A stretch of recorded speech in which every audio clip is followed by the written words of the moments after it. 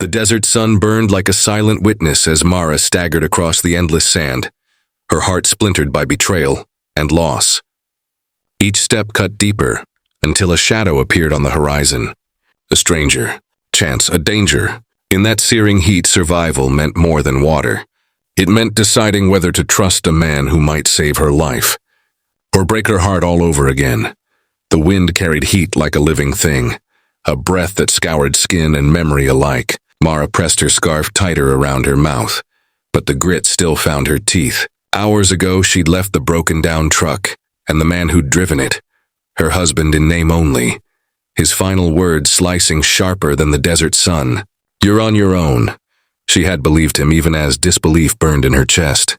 12 years of marriage had ended in a cloud of dust and a hiss of cooling engine parts. He hadn't turned back, not once. Now the sand stretched in every direction, a golden ocean without mercy. Her canteen was already half empty, and the sky promised no relief. Heat shimmered off distant ridges, teasing her with illusions of water. Each step dug a little deeper into the memory of what she'd lost. Family dinners she'd cooked alone. Promises that dissolved like mirages. The quiet ache of a love gone dry long before today. By late afternoon, the sun had slipped into a copper haze and the wind shifted. She paused, chest tight, scanning the barren horizon. A speck moved against the dying light. At first she thought it a vulture, circling. But no, it grew taller, wider until she saw the outline of a man leading a pack mule. Her pulse stumbled. A stranger. In a place where strangers could mean salvation or something far worse.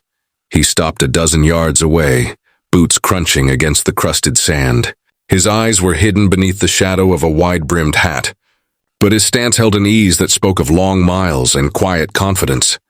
"You're a long way from anywhere," he said, voice low and steady, as if the desert itself were listening.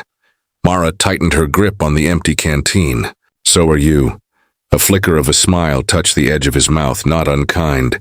"Name's Elias," she said nothing. Names were a kind of trust she wasn't ready to give. He studied her, not with pity, but with a calm assessment, as though weighing whether she was a threat or worth saving. "You look like you could use water," he said at last. Her throat ached at the word.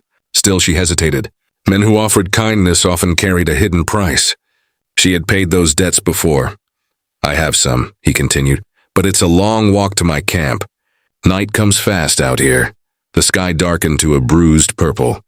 Far to the west, a sliver of moon glowed pale against the rising stars. With night came cold, and predators both four-legged and two. Mara glanced back at the trail she'd carved through the sand. There was nothing behind her but a broken truck and a man who would never come looking. A choice settled on her shoulders, heavier than the pack she carried. Stay and risk the night, or follow a stranger who might be her only chance. She finally whispered, "Lead the way." Elias nodded once, a silent promise she wasn't sure she believed. He offered no hand, only turned and set a measured pace, the mule's hooves thudding softly against the earth. Mara followed. Each step into the deepening dusk, a quiet defiance of the fear that wanted to hold her still. Somewhere beyond the horizon, the desert wind began to sing, a low and haunting melody that carried both warning and hope.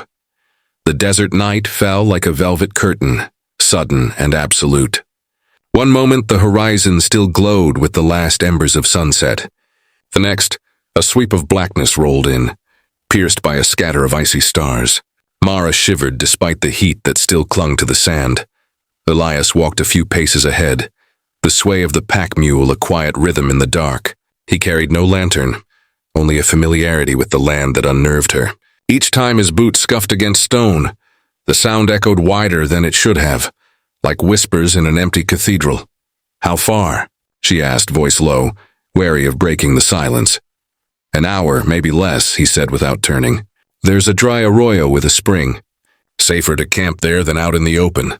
A spring." The word struck her like a prayer. She tasted dust and swallowed hard. They walked on, the cold deepening. The moon rose higher, casting silver edges along Elias's shoulders. He moved with easy balance, as if he'd been carved from the desert itself. She wondered what story brought him here, alone except for a mule in the endless sand. "What were you doing out here?" she asked finally. His chuckle was quiet, almost lost to the wind, same as anyone who wanders this far. Running from something, looking for something else. The answer fit too easily against her own secrets. A coyote's cry shattered the stillness. Mara flinched, her body tensing as the long, mournful sound echoed across the dunes. Elias slowed, head tilted. "They'll keep their distance if we don't spook them," he murmured. "But keep close." She did, matching his pace until the brush of his coat's hem was a heartbeat away. The scent of leather and smoke drifted toward her, warm, grounding. Against her will, a memory surfaced. The comfort of another man's jacket, the one she'd once trusted. She pushed it down like a thorn. The terrain shifted beneath their boots, sand giving way to rock. A faint trickle of water reached her ears, so soft she wondered if she imagined it. Then the narrow cut of the arroyo appeared, a dark gash in the moonlit plain. Elias descended first, steadying the mule. He turned and offered a hand. She hesitated, then placed her fingers in his. His grip was firm but not possessive, the simple steadiness of someone used to guiding others. At the arroyo's base, the air cooled, carrying the earthy scent of damp stone. A small spring gurgled from beneath a cluster of rocks, reflecting the moon in rippled silver. Mara dropped to her knees, filling her canteen and drinking greedily. The water was cold enough to ache against her teeth. "Easy," Elias said gently. "Too fast and you'll cramp." She slowed, but the relief was overwhelming. The water seemed to seep through every crack in her resolve. Elias busied himself with a small fire, striking sparks that flared into a soft orange glow. The light revealed a face lean and weathered, eyes the color of storm clouds. He caught her studying him and raised a brow. "You trust me enough to drink my water," he said, "but not enough to tell me your name?" Mara stared into the flames. The firelight danced across her hands, highlighting the scars of old kitchen burns, the pale ring where her wedding band had been. "It's Mara," she said at last, the syllables tasting foreign, as if speaking them might tether her to a past she wanted to escape. Elias nodded once, as though he'd known all along. "Rest while you can, Mara. The desert doesn't give second chances." The words lingered in the cool night air. She lay back against the sand, eyes fixed on the endless stars. For the first time since the truck disappeared, she felt the weight of more than survival. The faint, dangerous pull of a future she hadn't dared imagine. Dawn crept across the desert like a slow-burning fuse, a thin strip of fire edging the horizon before spilling into a flood of molten gold. Mara woke to the faint hiss of wind through mesquite branches and the dry pop of embers in the fire pit. The air smelled of ash and damp stone. For a moment she forgot where she was, caught between the memory of a bedroom window and the reality of the endless sand. Elias crouched near the spring, rolling his bedroll with practiced efficiency. The early light cut across his profile, sharp cheekbones, a faint scar that disappeared beneath his beard. He moved with the quiet focus of someone who had spent years waking to emptiness. "Morning," he said without looking up. She pushed herself upright, brushing grit from her skirt. "How long was I asleep?" "Long enough for the stars to give up," he replied, cinching the strap on the pack mule's saddle. "We need to move before the sun turns cruel." The word cruel hung in the air, and Mara's stomach tightened. She remembered another morning, a kitchen thick with the smell of burnt toast, her husband's voice cutting like broken glass. Cruel was a language she knew too well. They ate quickly, dried figs, a sliver of hard cheese. Mara forced each bite down, her throat still raw from the night's silence. When Elias offered her the canteen, their fingers brushed. Heat sparked against her skin, a fleeting jolt that left her unsteady. She drew back too quickly, almost spilling the water. "Careful," he said, a faint smile touching his lips. "Out here, every drop counts." They climbed from the arroyo and began the day's march. The desert stretched in endless waves of copper and bone, scattered with the twisted silhouettes of cacti. Heat shimmered even before the sun reached its peak. Mara's boots sank into the soft sand, each step a small surrender. After a while, Elias spoke, his voice low, as if the land itself demanded reverence. "You didn't wander into this wasteland by chance. What are you running from?" Mara's heart kicked hard. She kept her eyes on the horizon. "Everyone's running from something," she said, echoing his own words from the night before. He let the silence settle, but she felt his gaze, steady and patient. The desert offered no walls to hide behind. An hour later, they reached a ridge where the land fell away into a basin of cracked earth. In the distance, a ribbon of pale green hinted at life, a dry riverbed lined with scrub. Elias pointed. "We'll follow that to an old trading post. Might find shelter." Mara shaded her eyes, imagining cool shadows and the ghost of civilization. A flicker of hope tightened her chest. They descended the ridge. The sun blazed overhead, turning every breath into fire. Sweat slicked Mara's neck and spine, and memories bled through the heat. The slam of a door, the sting of a palm across her cheek, the hollow echo of promises broken. She quickened her pace as if distance alone could erase the past. A sudden gust swept across the basin, carrying a swirl of dust. Elias stopped, scanning the horizon. "Sandstorm," he muttered. "We need cover now." The sky darkened at the edges, a bruise blooming across the heavens. Mara's pulse hammered as the wind rose, sharp and relentless. Elias grabbed her hand, calloused fingers anchoring her against the gale. "This way," he shouted, leading her toward a cluster of boulders. They reached the rocks as the storm roared to life. A wall of sand and wind that turned daylight into twilight. Grit stung her skin, filled her mouth, hissed like 1,000 serpents. She pressed against Elias, feeling the steady thrum of his heartbeat beneath the chaos. For an instant the world narrowed to that rhythm. His breath, her breath, and the furious song of the desert. In the heart of the storm, fear and something wilder twisted together. A fragile promise of survival and the beginnings of trust neither of them had intended to find. The storm raged for what felt like hours, a ceaseless howl that scraped the sky raw. Mara huddled close to the rock face, eyes squeezed shut against the stabbing grit. Elias crouched beside her, his arm a solid barrier shielding her from the worst of the wind. Every heartbeat drummed against her ribs, matching the frantic pulse of the storm. When the roar finally began to fade, silence fell in jagged pieces, like glass settling after a shatter. Mara opened her eyes to a world transformed. The horizon lay hidden behind a gray veil, dunes reshaped into strange sloping creatures. Her throat burned with dust. Elias lowered his arm but didn't move away. "You all right?" She nodded, though the tremor in her voice betrayed her. "I think so." He studied her face, a quiet intensity in his gaze. "You handled that better than most." Mara let out a shaky laugh. "I've weathered worse." The words escaped before she could stop them. A question flickered across his expression, but he didn't press. Instead he rose, brushing sand from his coat. "We should find that trading post before dark." Storms like this don't always come alone. They began walking again, the landscape eerily still. Sand hissed softly underfoot. Each step brought a strange intimacy.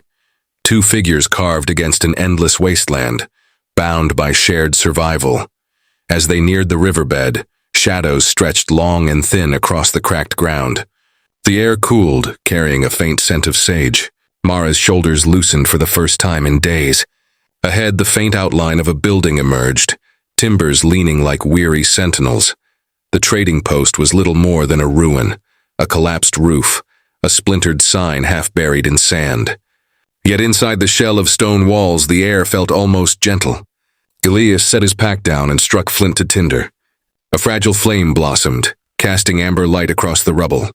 Mara sank onto a beam, watching sparks leap toward the dusk. The quiet between them grew dense, layered with unspoken histories. "Storm stripped things down," Elias said, staring into the fire. "Show what's left when everything else is gone." She met his eyes. "Sometimes that's the only way to start over." For a moment the world shrank to firelight and the slow rhythm of breath. She sensed the weight of his own scars, different from hers but carved just as deep. Outside, night spread across the desert, a velvet darkness stitched with stars. The storm had passed, but its echo lingered in her chest. A reminder that survival wasn't just endurance, it was the fragile beginning of trust. Morning broke with a pale, copper light that bled slowly across the ruined trading post. Mara stirred to the faint crackle of dying embers and the soft rasp of Elias packing supplies. The storm's chaos felt distant now, replaced by a brittle stillness that pressed on her chest. "You didn't sleep much," Elias said without looking up. "Neither did you," she replied, her voice rough from the night's chill. He offered a small, wry smile. Too quiet. Sometimes silence is louder than a storm. Mara stretched stiff limbs, her eyes drifting to the horizon. The desert rolled outward in endless amber waves, but a faint shimmer, like a mirage, hinted at distant life. She felt the tug of it, a whisper of possibility. Where does that path lead? She asked, pointing toward the wavering heat. An old mining town, he said, or what's left of it. Could be shelter, could be nothing. Her heart tightened. Shelter meant water, perhaps people. But people meant questions, and questions could lead back to the life she was running from. Elias slung his pack over one shoulder. It's a choice. We can skirt the town, keep to the riverbed. Harder travel, but safer if you're hiding from something. The words hung in the air. He wasn't prying, just offering. Still, they sliced clean through her guarded silence. Mara's past surged like a phantom. The betrayal, the sharp smell of smoke, the echo of a voice she once trusted.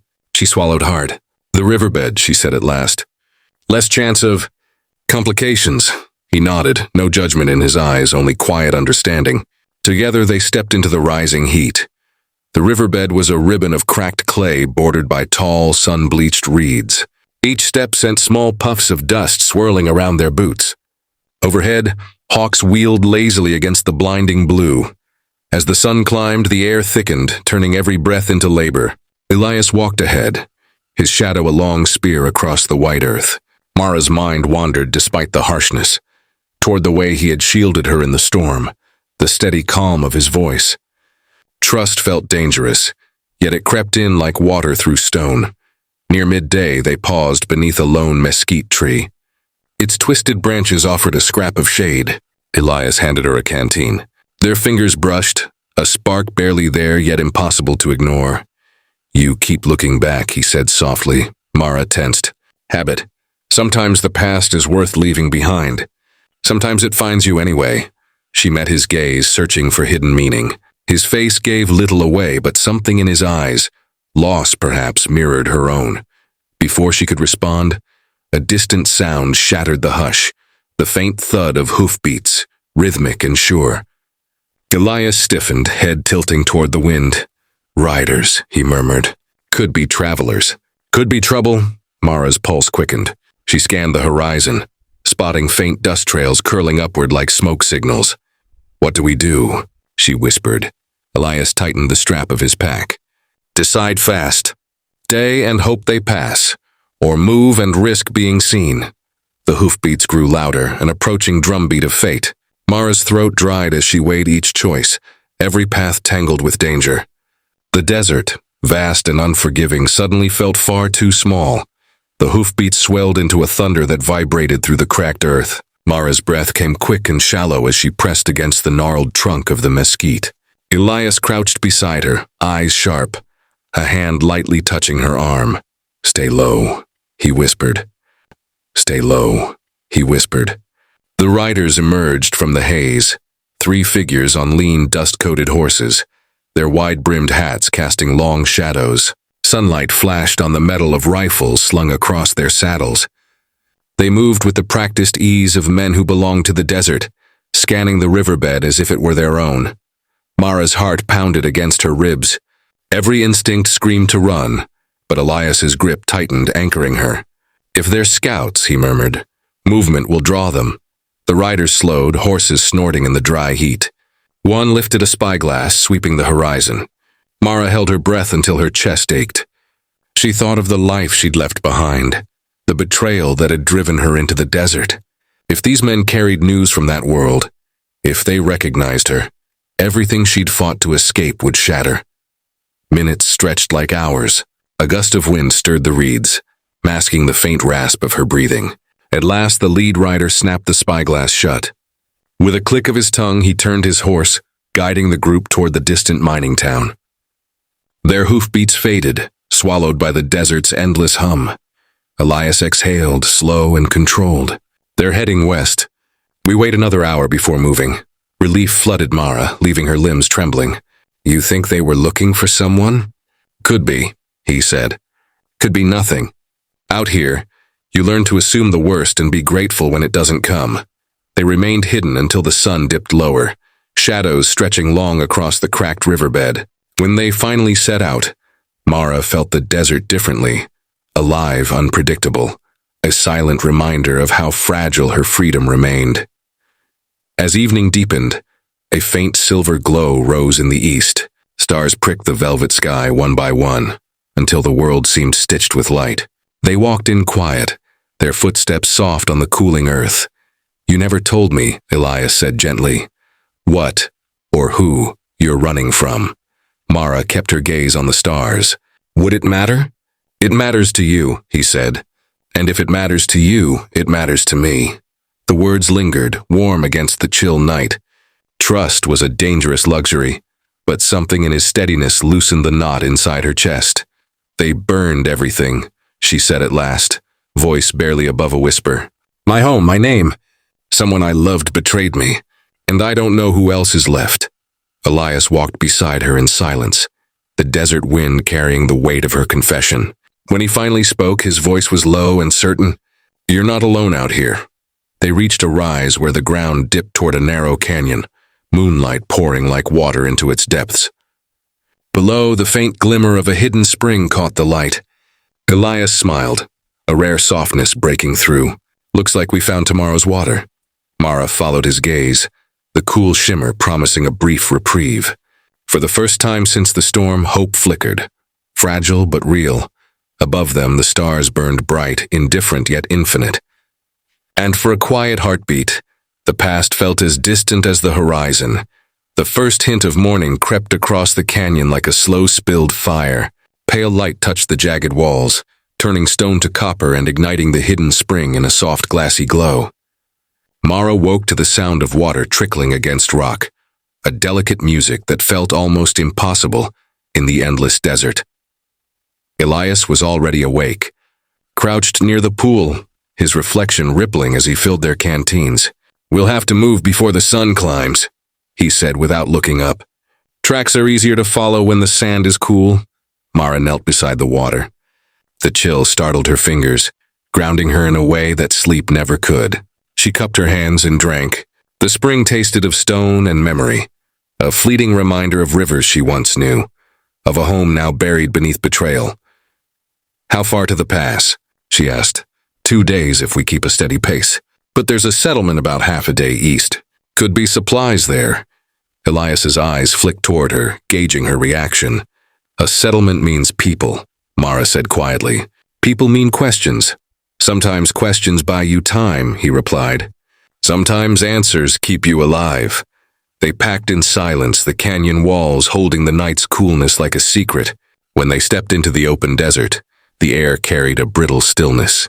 Every sound, the crunch of their boots, the faint scrape of leather, felt sharper than it should. By mid-morning, the horizon shimmered, heat rising in ghostly waves. They walked side by side, shadows shrinking as the sun burned higher. Mara's thoughts drifted to the riders from yesterday. Had they reached the mining town? Were they still searching? The image of the spyglass glinting in the light haunted her with unspoken questions. Elias broke the silence. "Back in the war," he said, "I learned that silence can be its own kind of noise. Makes you start hearing things that aren't there." "What did you do when that happened?" He smiled faintly. "Started talking. Even if it was just to myself." Mara considered that, then said, "Tell me about the war." "It was less about battles and more about waiting," he said after a moment. "Waiting for the next order, the next ration, the next letter that never came. Waiting changes you. Makes you weigh every step like it might be your last." His words settled between them, heavy as the heat. She wanted to ask more but caught the distant echo of hooves. Faint but unmistakable. Elias heard it too. He scanned the horizon, eyes narrowing. "South Ridge," he murmured. "One rider, maybe 2. Mara's pulse quickened.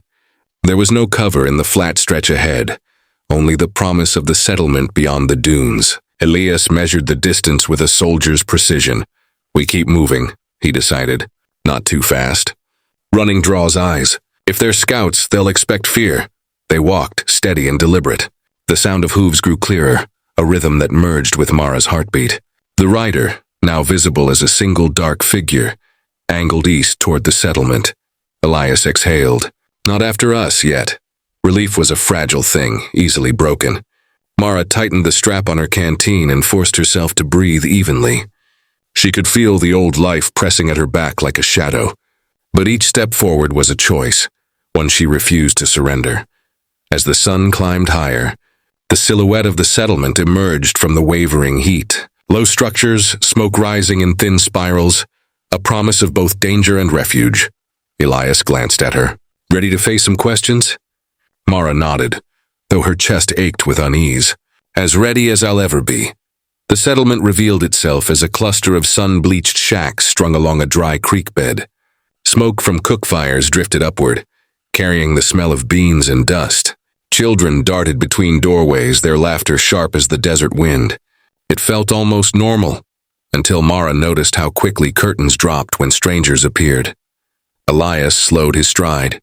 "Keep your hood low," he murmured. "Places like this remember faces." Mara tightened the scarf around her head, the fabric scratching against sweat-damp skin. They crossed the main track, boots sinking into powdery sand. A faded sign above a wooden awning read Caldera Station, its letters half erased by years of sun. Inside the station's lone trading post, the air was cooler, heavy with burlap and dried herbs. A woman behind the counter glanced up, her expression neither friendly nor hostile, just measuring. "Water?" she asked. "And grain," Elias replied, laying coins on the counter. "Enough for 2 days." The woman's eyes flicked to Mara, sharp and curious.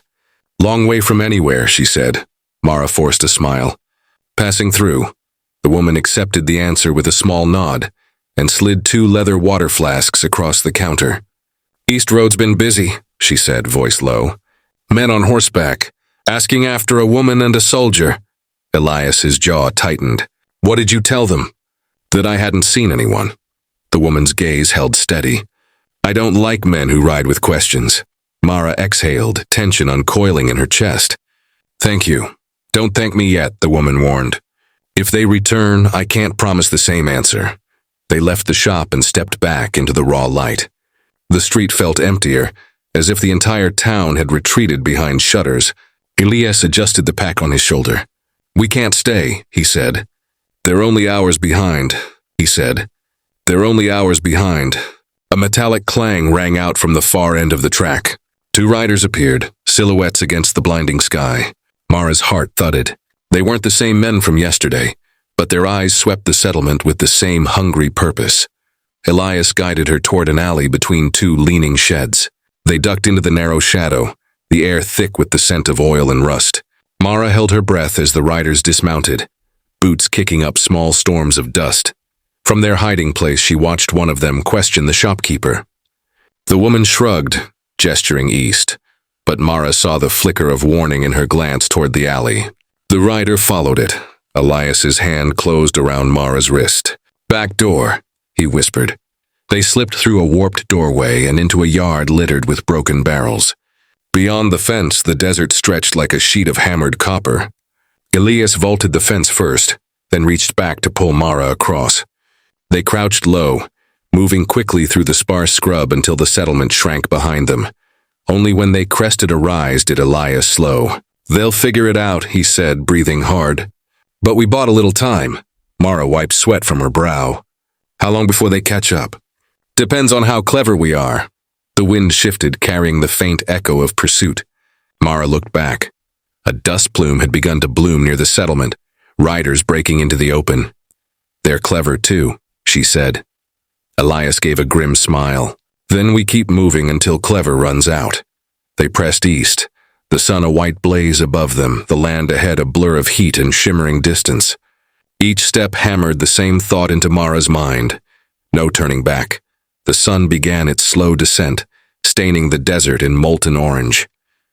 Mara's legs burned with each step, but the distant line of low hills offered a sliver of promise, a place to disappear before darkness revealed them. Elias set a relentless pace, scanning the horizon with a soldier's precision. "They'll ride through the night," he said quietly. "We need higher ground." Mara's throat was parched, her voice a rasp. "How much farther? Another mile, maybe 2? There's an old mining camp in those hills. If we're lucky, it still has shelter." Behind them, a faint dust trail shimmered. The riders were no longer distant shapes.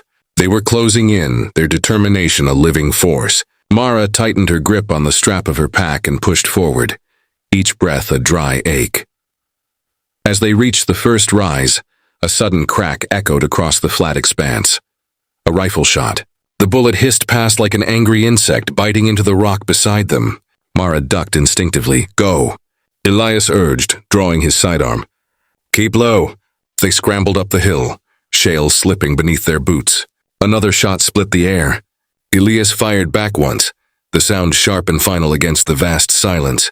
Mara's heart pounded as they dove behind a jagged outcrop. For a moment only the wind moved, carrying the metallic tang of gunfire. Mara pressed her back to the stone, eyes squeezed shut. They won't stop, she whispered. That's why we don't either, Elias replied, voice steady. There's a narrow pass ahead. If we reach it before nightfall, they'll have to track us blind. They climbed higher, the sky deepening from gold to violet. Every muscle screamed, but fear lent Mara strength she didn't know she possessed. At the crest, the ground leveled into a plateau of broken rock and scattered pines. The air smelled of pitch and cool earth, life after the endless sand. Elias guided her to a hollow beneath a leaning boulder. We rest here, he said. Just long enough to catch our breath. Mara sank down, her body trembling. I can't keep running forever. He crouched beside her, eyes searching hers. You won't have to. Once we reach the mountains, they'll lose us. After that, we choose where to go. The thought of choosing, of having a future, sent a flicker of warmth through her exhaustion. You'd stay with me? Even after all this? Elias's expression softened, the hard edges easing. I told you back at the wreck I don't leave people behind. Wind stirred the pine needles, carrying the first cool breath of night. For a heartbeat, the world felt almost gentle. Mara reached out, her fingers brushing his. The contact steadied her more than words. Then the silence fractured. Hoofbeats, distant but unmistakable, rolled up the slope. Elias squeezed her hand once and stood. They're closer than I hoped. Mara rose beside him, fear sharpening into resolve. The plateau stretched east toward darker ridges. If they could just make the pass, the forest beyond would swallow them whole. Ready? He asked. Mara drew a breath that tasted of pine and dust. Ready? They broke from cover, racing toward the shadowed gap as twilight gathered like a closing fist. Behind them, the riders' shouts pierced the wind, a relentless reminder that the night, and their fate, would be decided soon. The last light drained from the sky as Mara and Elias hurtled toward the narrow pass. The ridge loomed ahead, a jagged silhouette against a wash of deep indigo. Behind them, the riders fanned out, their torches flickering like angry stars, voices rising in a chorus of shouts and pounding hooves. Faster, Elias urged, his voice low but urgent. Once we're through, the forest will cover us. Mara's lungs burned. Each stride felt carved from sheer will, but the thought of capture, of being dragged back to the barren life she had escaped, ignited something fierce inside her. She forced her legs to move. A sharp whistle split the air. A bullet sparked off a boulder to their right. Elias veered left, pulling her with him.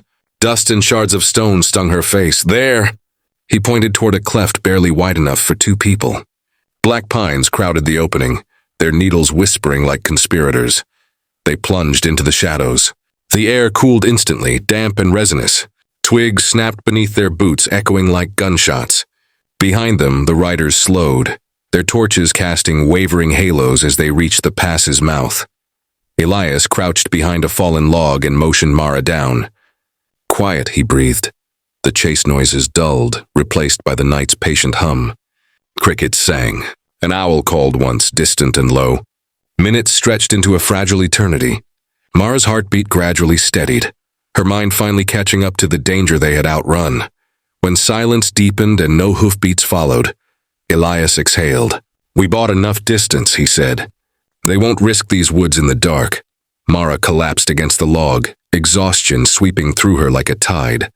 We made it, she whispered, barely believing the words. Elias studied the trees, eyes alert.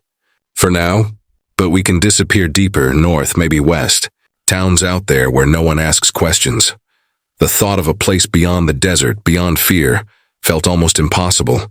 Mara lifted her gaze to the stars emerging through the pine canopy. They shone cold and clear, countless and steady. I don't even know who I am without running, she admitted. He crouched beside her, the rough edge of his coat brushing her arm. You're someone who survived. That's more than enough to start over. His words settled into her chest, warm against the chill night. She turned to him, catching the faint silver of moonlight in his eyes. And you? You could leave, find your own life again. Elias shook his head, a small, decisive motion. I found it right here.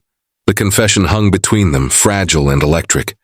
Mara felt the weight of every mile they had crossed, every danger endured, and understood that this journey had bound them in ways no promise ever could. Slowly, she reached for his hand.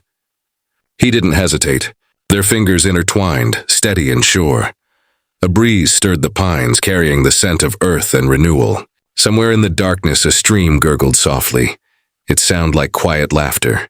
For the first time in what felt like years, Mara allowed herself to imagine tomorrow, not as a threat, but as a gift. We keep moving at dawn, Elias said, his thumb brushing hers. But tonight we rest, she nodded, a small smile breaking through the fatigue. Tonight we begin. They sat side by side beneath the towering trees, the desert far behind them, the unknown ahead. Around them the forest whispered of second chances, and the stars bore silent witness as two lost souls found home in each other.